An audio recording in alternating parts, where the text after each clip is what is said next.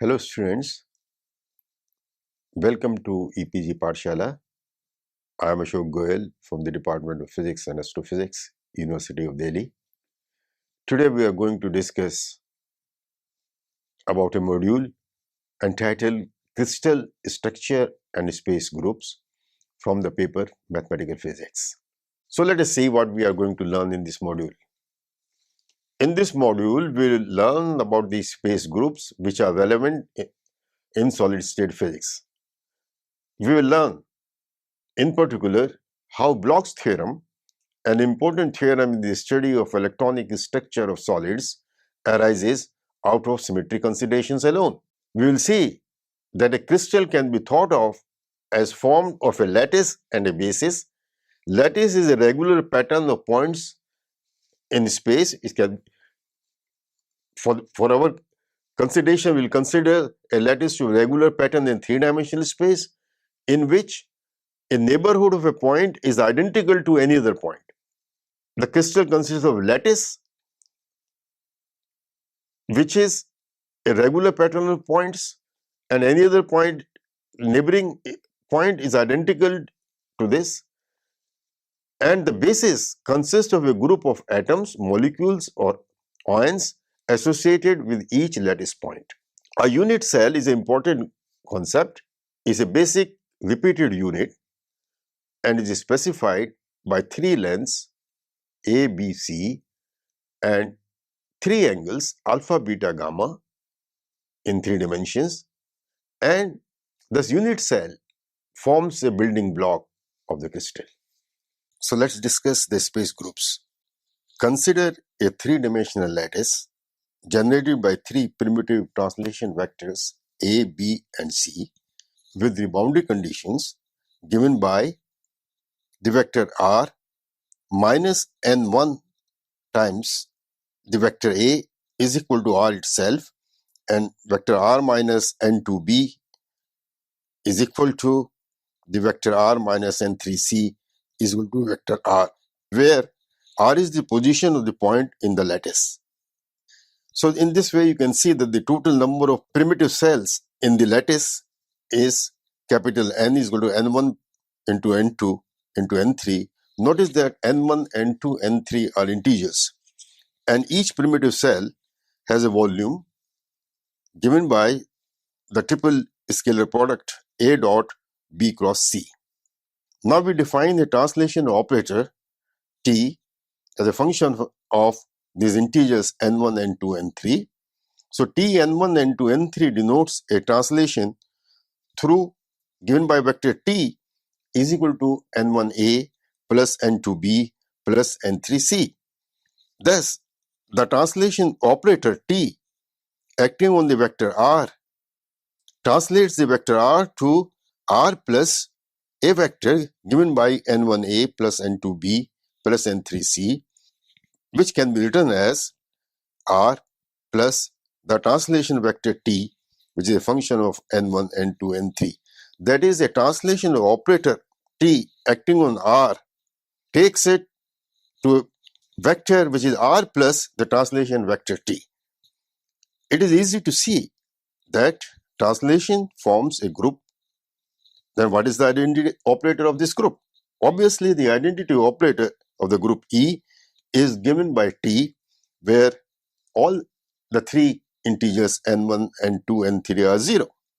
And the product of two translation operators, say T, a function of n1, n2, n3, and another T function of m1, m2, m3 operating on the vector R, takes it to translation operator which is given by T, a function n1 plus m1, n2 plus m2, and n3 plus m3 acting on R. That is, the effect of two successive translations is equal to a single translation where n1, n2, n3, m1, m2, m3 are placed by n1 plus m1, n2 plus m2, n3 plus m3 respectively.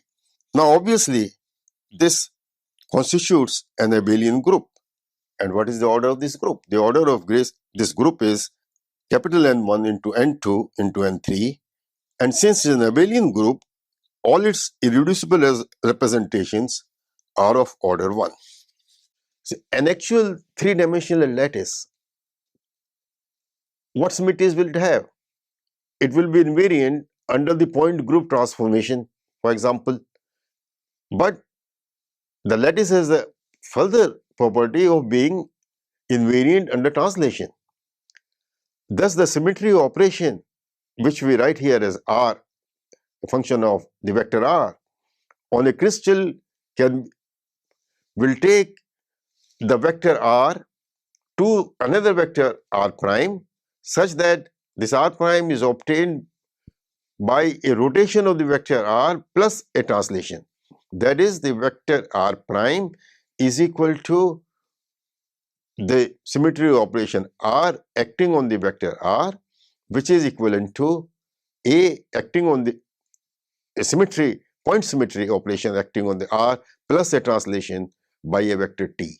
And this symmetry operator or element is denoted by A comma T. So A stands for the point group symmetry and T for the translation. In the case of complex crystals with more than one atom per primitive cell, it may happen that the crystal may not be invariant under a point group operation. This is very interesting, that the molecule is invariant under the point group operation, but the crystal may not be. Particularly if you have a crystal which have more than one atom in a primitive cell, or it may not be invariant under translation individually. So individually the translation as well as a point group symmetry operation may not be symmetry of the crystal, but these two operations together may be. So the combined operation followed by a translation may still leave the crystal invariant. Now let us consider a one-dimensional lattice with a lattice constant A, and let's consider a lattice which is a complex lattice in the sense that it has two atoms per primitive cell. Each lattice point is denoted by a dot and is associated with two atoms which are denoted by a full circle and a circle with a dot in between. You can see the slide. It's not a very good slide, but it will explain the essential feature. Now, if I translate by A by 2, then you can see that because of the fact that this is a complex crystal system which have two atoms per primitive cell, the translation by A by 2 is not a symmetry of the crystal. It changes the symmetry.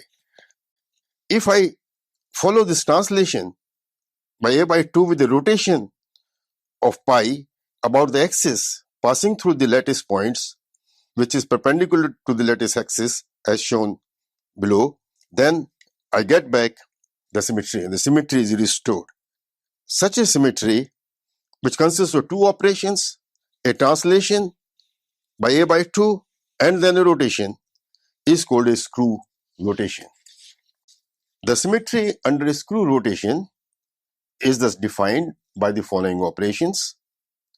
Number 1, a clockwise n-fold rotation about an axis, and number 2, a translation along the axis, expressed in fraction of a lattice translation parallel to the axis, then this is called the screw axis. Another symmetry in an ideal crystal is the so-called glide plane symmetry. The glide plane symmetry operation consists of reflection in a plane followed by a translation through a vector in the plane. So, if the symmetry of the crystal is such that the symmetry is restored after a reflection in the plane followed by a translation through a vector in the plane. Glide plane symmetry is not applicable to chiral molecules. These two operations constituting glide plane as well as screw axis commute with each other. The full symmetry group is now called the space group. What are the elements of this space group? The elements of these space groups are combination of group and translation group elements. Its operation is denoted by A and T, and its effect on the position vector is that this symmetry operation AT acting on R rotates R through a rotational matrix X plus translated by a vector T. The successive operation of the two such elements, that is, an element A with the translation T1 and the element B with the translation T2 on R, is given by BT2 and AT1 acting on R, means that first AT1 acts on R, so this is equal to BT2. AT1 acting on R takes R to AR plus T1. Then BT1 acts on this vector AR plus T1. Therefore, it takes it to BAR plus BT1 plus T2, which means that the group multiplication of these two symmetry operations, BT2 and AT1, is equivalent to a symmetry operation BA, comma, BT1 plus T2. So this is the group multiplication for the symmetry operation. The identity and inverse elements of the space group A and T are given by, identity is obviously represented as E, which has the element E, rotation and no translation.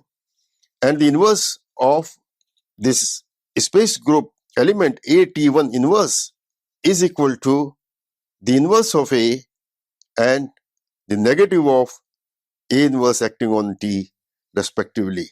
I should mention at this stage, as a curiosity, that there are a total number of 230 different space groups discovered in the 19th century. The successive operation of two elements which we have seen, the two elements of the space symmetry being AT1 and BT2 on R, is given by BT2 and AT1 is equivalent to an operation BA and a translation BT1 plus T2. This can be seen as follows. The symmetry operation AT1 acting on R takes it to AR plus T1. Then BT2, the symmetry operation BT2 acting on this AT1R is equal to BT2 symmetry operation acting on A and R plus T1, which takes it to BAR plus BT1 plus T2, which is equivalent to the symmetry operation BA and the translation operator BT1 plus T2. An example can be seen as follows. The inverse element of the space group AT is given by A inverse and a translation which is minus A inverse T. See, AT, operation AT multiplied by the operation A inverse minus A inverse T acting on R is equal to, by definition of group multiplication given above, is equal to A inverse, comma, minus A1 T acting on AT R, which is equal to A inverse, comma, minus A1 T acting on AR plus T, which is equal to A inverse AR plus A1 T minus A inverse T, which is equal to A inverse AR, which is equal to R. Therefore, this is the inverse element. So, inverse element of the space group AT is given by A inverse, comma, minus A inverse T. So, in 3 dimensions, there are 14 Bravais lattices and they are divided into 7 systems. The 7 systems with their point groups and translation symmetry, which is completely determined by the type to which they belong, they are all shown in the table and I have discussed them. It should be remarked that if A, T is an element of the space group, it does not necessarily follows that A, 0 is also an element of the space group. That means A T is an element which consists of a translation and a symmetry operation A. If this is an element of the space group, it does not follow that A alone with no translation is also an element of the space group. In other words, A0 is not necessarily a symmetry operation of the crystal. As we have seen above, during our discussion of a screw axis and glide planes, because in the case of, we discussed earlier, we saw that if we don't follow a rotation by a translation, then in complex crystals, for example, is no longer a symmetry. So this means that A alone with no translation is not necessarily a symmetry operation of the crystal. So to summarize, at this stage we can say a point group describes the symmetry of molecules, whereas a lattice has translational symmetry. Combination of the point group and lattice symmetries constitute what are known as space group symmetry. A space group is the complete description of an ideal crystal, which of course is considered here as an infinite crystal. We will now discuss an important theorem which arises from the consideration of symmetry operations in crystal, and the famous theorem you are already familiar with from your quantum mechanics and solid state physics papers is the famous Bloch theorem. Consider an electron in a crystal. The energy and wave function of an electron in a crystal are obtained by solving the Schrodinger equation H psi r is equal to, what is H? H is the Hamiltonian, which is the kinetic energy plus the potential energy, which is minus h square by 2m del square plus v of r. Operating on psi r is equal to E psi r. Here Vr is the potential experienced by the electron in the lattice. And the lattice, of course, is periodic. E is the eigenvalue for the Hamiltonian H. Psi r is the corresponding eigenfunction. Full symmetry group of the Hamiltonian is the space group of the crystal under consideration. Because crystal has a symmetry which is given by the space group, and the full symmetry group of the Hamiltonian is then the space group of the crystal under consideration. The electron in the crystal can be considered as moving in a periodic potential formed by the nuclei or the ions fixed in their lattice sites. The nuclei and the ions can be considered as fixed because of their mass, which is thousands of times greater than the electron mass. The motion of the nuclei, including oscillations and vibrations of the nuclei, are therefore can be assumed to be absent because of their heavy mass compared to the mass of electron, and the interelectronic forces are also assumed to be absent. So in effect, what we have that the electrons form a free electron gas, and in such a situation, the electrons are moving in some kind of an effective periodic potential, which is the potential obtained by the interaction of the electron with the ions. In such a situation, electron energy and wave functions are obtained by solving the above Schrodinger equation. The Hamiltonian H is obviously invariant under the full space group of the crystal, in particular under translation. The translation operator, as defined above, T, n1, n2, n3, denotes a translation through a vector R, capital R, given by n1a plus n2b plus n3c. The potential Vr is periodic with the periodicity of the lattice, which is the translation through the vector capital R. That means V at a point R is equal to the potential when you translate R to R plus capital R. So Vr plus R is equal to Vr. Since HR is invariant under translation group, it commutes with the translation symmetry operator, TR. Thus, the commutator of H and TR, that is H, TR, is equal to 0. Now, if psi n is an eigenfunction of H with eigenvalue En, then we know that in that case Tr psi n is also an eigenfunction of H with the same eigenvalue En because Tr commutes with H. Thus psi n as well as Tr operating on psi n are degenerate eigenfunctions of H with the eigenvalue En. That is, H psi n is equal to En psi n, and H T psi n is equal to T H psi n because the commute is also equal to En T psi n, which means that psi n and T psi n are related. So we can write T of R operating on psi n is some scalar function of R multiplied by psi n.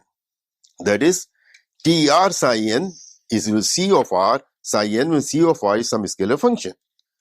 So Tr acting on psi n R, Tr is a translation operator which translates the position vector by an amount capital R. So Tr acting on the wave function psi n R gives us a wave function psi n at the point R plus capital R, which is equal to a scalar function C of R into psi n from what we have seen above. Therefore, Tr prime acting on psi n is equal to Tr acting on psi n at R plus R because Tr prime acting on psi n translates R to R plus R prime, which is then equal to psi n R plus capital R plus capital R prime. Which means that the scalar function is such that the product of the scalar function evaluated at R and R prime, that is C of R into C of R prime, is equal to C of R prime into C of R, which is equal to C of R plus R prime. That the product of these two scalar functions at the positions R and R prime is equal to this scalar function evaluated at the point R plus R prime, which means clearly that the scalar function C of R must be of the exponential type such that its product, if you take the product of it, the exponents get summed. So CR then can be written as exponential I k dot R. Therefore, the wave function, Schrodinger wave function for the motion of electron in a periodic lattice can be written as psi as a function of two quantum numbers n and k. The psi n k, a function of R, is equal to e to the power I k dot R into a wave function u n k, a function of R alone. This can be satisfied if and only if psi n k R is equal to e to the power I k dot R u n k of R. Now, Bloch theorem is an important theorem. The Bloch theorem states that the eigenfunctions of the Hamiltonian of an electron in a periodic potential U of R such that U of R plus capital R is equal to U of R, that is, the potential has a periodicity capital R. Then Bloch's theorem says that the eigenfunction of the electron, of the Hamiltonian of the electron, must be of the form that psi n k of R is equal to e to the power I k dot R into u n k, which is a function of R, with the property that psi n k R plus capital R is equal to e to the power I k dot R psi n k R. That is e to the power I k dot R, capital R, acting on the wave function psi n k, which is evaluated at the vector R, gives us the vector eigenfunction evaluated at the point R plus capital R. In this, the vector k is called the wave vector of the electron in the state psi n k. The wave vector k is a good quantum number of the electron in the crystal as long as the translational symmetry of the Hamiltonian is not disturbed. K is not the momentum of the electron. Psi nkr is not the momentum eigenstate of the electron. Let's now consider the linear momentum operator. The linear momentum operator P in quantum mechanics is minus IH cross del. The linear momentum operator acting on the electron wave function,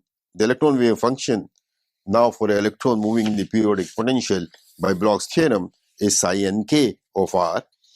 So this momentum operator P acting on psi nkr is equal to minus IH cross delta acting on e to the power I k dot r UNK of r. So which can be written as IH cross e to the power I k dot r UNKR minus IH cross e to the power I k dot r and the del operating on UNK. That means that the momentum operator acting on the wave function sin nk projects out the momentum k, so is equal to minus h cross k psi n and is equal to this minus IH cross e to the power I k dot r, the del operator acting on u of nk. Now this h cross k is not the electron momentum, is called the crystal momentum. Then the Schrodinger equation h psi nk enk psi nk can be reduced to a Hermitian eigenvalue problem for an electron in a primitive cell of the crystal. How can it be done? It can be done by noting that Bloch's theorem psi nk r can be written as e to the power I k dot r UNK r.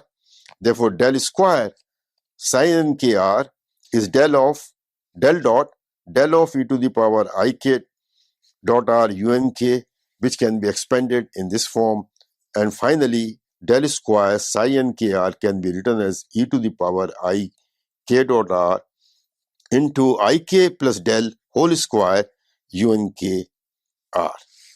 Thus, the eigenvalue equation to be solved for ENK and UNK simplified, and the final equation that has to be solved becomes minus h cross square by 2m ik plus del whole square plus Vr acting on the wave function UNKR, which is equal to the eigenvalue ENK into UNKR. So essentially what has happened in all this is that the original equation h cross square by 2m del square is replaced by minus h cross square by 2m ik plus del whole square. So that's the change that has happened when you get the final eigenvalue equation for the motion of electron in a periodic lattice, with the boundary condition that UNK at r plus capital R is equal to UNK at r. The Bloch function psi nk r with the corresponding eigenvalue ENK then determines the electronic band structure of the crystal. So we are in a position to summarize what we have learned in this module. The first thing is that a lattice has translational symmetry as opposed to a molecule which only has the point group symmetry. The combination of point group and lattice symmetries constitutes what is known as space group symmetry. The Bloch theorem is the theorem that tells us that the eigenfunctions of a Hamiltonian of an electron moving in the periodic potential u r plus capital R is equal to ur, that is with the period capital R, is of the form psi nk r can be written as e to the power I k dot r into UNK of r, with the property that psi, the wave function corresponding to the quantum number nk evaluated at r plus r, is equal to e to the power I k dot r into the wave function evaluated at r.